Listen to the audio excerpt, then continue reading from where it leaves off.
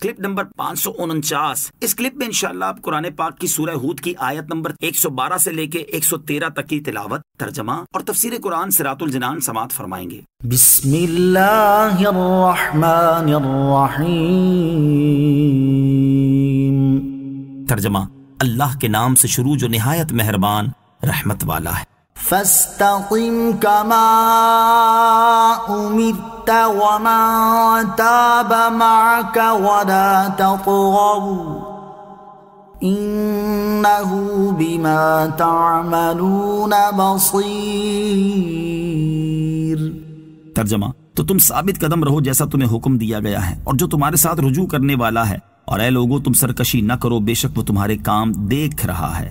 فاستقم، تو تم ثابت قدم رہو، یعنی اے حبیب صلی اللہ تعالیٰ علیہ وسلم، آپ اپنے رب عز و جل کے دین پر عمل کرنے اور اس کے دین کی دعوت دینے پر ایسے ثابت قدم رہیں جیسے آپ کے رب عز و جل نے آپ کو حکم دیا ہے، اور آپ کی امت میں سے جو آپ پر ایمان لایا ہے اسے بھی چاہیے کہ وہ اللہ تعالیٰ کے دین اور اس کے احکام کی بجا آوری پر ثابت قدم رہے۔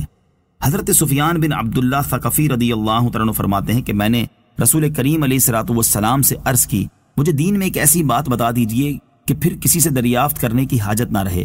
ارشاد فرمایا، آمنت باللہ، میں اللہ پر ایمان لایا کہہ اور اس پر قائم رہ۔ ولا تطغوا، اور اے لوگو تم سرکشی نہ کرو، یعنی اے لوگو جس کام سے اللہ تعالیٰ نے تمہیں منع کیا ہے وہ نہ کرو۔ تمہارے اچھے برے سارے اعمال اللہ تعالیٰ کے علم میں ہیں اور اس سے تمہارا کوئی عمل بھی پوشیدہ نہیں۔ تو اے لوگو تم اس بات سے ڈرو کہ تمہارا رب عز و جل تمہارے اعمال جانتا ہے، جبکہ حال یہ ہے کہ تم اس کے حکم کی خلاف ورزی کر رہے ہو۔ حضرت عبداللہ بن حذافہ رضی اللہ تعالیٰ عنہ کی اسلام پر استقامت۔ حضرت عبداللہ بن عباس رضی اللہ تعالیٰ عنہ سے روایت کرتے ہیں کہ روم کی جنگ میں دوسرے مسلمانوں کے ساتھ صحابی رسول حضرت عبداللہ بن حذافہ سہمی رضی اللہ تعالیٰ عنہ کو بھی قید کر لیا گیا۔ رومی سردار نے تمام مسلمانوں کو اپنے دربار میں بلایا اور حضرت عبداللہ بن حذافہ سہمی رضی اللہ تعالیٰ عنہ سے کہا، نصرانی ہو جاؤ ورنہ میں تمہیں تانبے کی دیگ میں ڈال کر جلا دوں گا۔ یہ سن کر آپ رضی اللہ تعالیٰ عنہ نے جواب دیا، ایسا ہرگز نہیں ہو سکتا، میں کبھی بھی نصرانی نہیں بنوں گا۔ ظالم سردار نے جب یہ سنا تو تانبے کی دیگ منگوا کر اس میں تیل ڈلوایا، پھر اس کے نیچے آگ جلانے کا حکم دیا۔ جب تیل خوب گرم ہو کر ابلنے لگا تو ایک مسلمان قیدی کو بلا کر کہا، نصرانی ہو جاؤ۔ اس مرد مجاہد نے انکار کیا تو اسے ابلتے ہوئے تیل میں ڈلوا دیا۔ دیکھتے ہی دیکھتے اس کا سارا گوشت جل گیا اور ہڈیاں اوپر تیرنے لگی۔ پھر حضرت عبداللہ ابن حذافہ سہمی رضی اللہ تعالیٰ عنہ سے کہا، عیسائی ہو جاؤ ورنہ اس شخص کی طرح تمہیں بھی اس ابلتے ہوئے تیل میں ڈال دیا جائے گا۔ آپ رضی اللہ تعالیٰ عنہ نے صاف انکار کر دیا۔ ظالم سردار نے حکم دیا کہ اسے بھی تیل کی دیگ میں ڈال دو۔ حکم پاتے ہی جلادوں نے آپ کو پکڑا اور ابلتے ہوئے تیل میں ڈالنے کے لیے لے چلے۔ آپ رضی اللہ تعالیٰ عنہ نے اچانک رونا شروع کر دیا۔ جلاد ظالم سردار کے پاس آیا اور بتایا کہ وہ قیدی رو رہا ہے۔ سردار بہت خوش ہوا اور حکم دیا کہ اسے ہمارے پاس لے آؤ۔ وہ یہ سمجھ رہا تھا کہ آپ موت کے ڈر سے اس کی بات ماننے کے لیے تیار ہو گئے۔ جب آپ رضی اللہ تعالیٰ عنہ اس کے سامنے آئے تو فرمایا، کیا تم لوگ یہ سمجھ رہے ہو کہ میں موت کے خوف سے رو رہا ہوں؟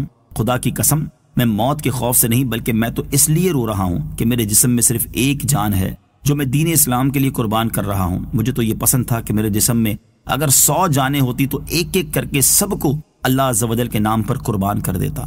سردار آپ رضی اللہ تعالیٰ عنہ کی یہ ایمان افروز تقریر سن کر بہت متعجب ہوا کہ ان کے اندر اپنے دین کے لیے کتنی محبت ہے اور یہ خوشی سے دین کی خاطر اپنی جان قربان کرنے کے لیے تیار ہیں۔ سردار نے لالچ دیتے ہوئے کہا، اگر تم نصرانی ہو جاؤ تو میں اپنی بیٹی کی شادی تم سے کر دوں گا اور حکومت میں بھی تمہیں حصہ دوں گا۔ آپ رضی اللہ تعالیٰ عنہ نے اس کی یہ پیشکش بھی ٹھکرا دی اور صاف انکار کیا۔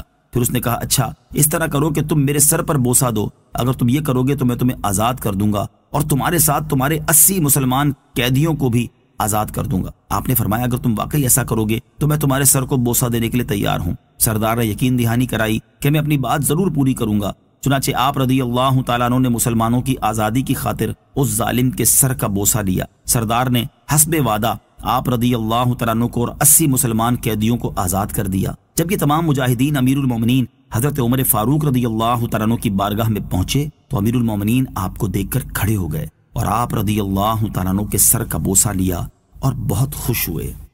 ولا تركنوا إلى الذين ظلموا فتمسكم النار وما لكم من دون الله من أولياء ثم لا تنصرون۔ ترجمہ، اور ظالموں کی طرف نہ جھکو ورنہ تمہیں آگ چھوئے گی، اور اللہ کے سوا تمہارا کوئی حمایتی نہیں، پھر تمہاری مدد نہیں کی جائے گی۔ وَلَا تَرْكَنُوا إِلَى الَّذِينَ ظَلَمُوا، اور ظالموں کی طرف نہ جھکو۔ رکون یعنی جھکنے کا معنی ہے قلبی میلان، اور جب اس پر اتنی سخت وعید ہے تو کافروں کے ساتھ تعلقات کی ان صورتوں میں کیا حال ہوگا جو قلبی میلان سے بڑھ کر ہیں۔ یاد رہے کہ طبعی میلان کی غیر اختیاری صورت اس آیت میں بیان کیے گئے حکم میں داخل نہیں۔ صلو علی الحبیب صلی اللہ تعالی علی محمد صلی اللہ تعالی وسلم۔ مجھے اپنی اور ساری دنیا کی لوگوں کی اصلاح کی کوشش کرنی ہے انشاءاللہ عز و جل۔